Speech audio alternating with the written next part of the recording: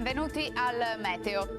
Pressione lievemente in calo dall'Artico, un fronte freddo si avvicina all'Italia determinando un graduale peggioramento del tempo. Tuttavia giovedì 4 marzo sarà ancora buono.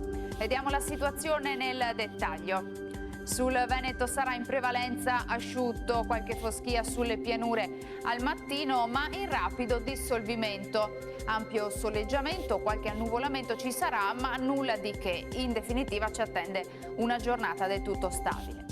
Temperature minime tra 1 e 6 gradi, massime invece sui 10-15 gradi all'incirca.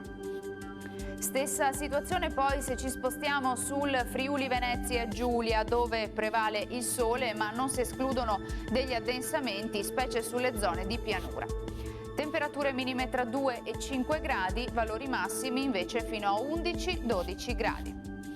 E ci spostiamo infine sul Trentino Alto Adige, anche qui bel tempo, qualche nube a carattere sparso ma senza ulteriori conseguenze.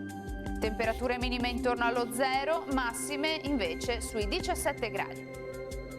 Dal meteo di Antenna 3 per ora è tutto, grazie per l'attenzione, arrivederci al prossimo aggiornamento.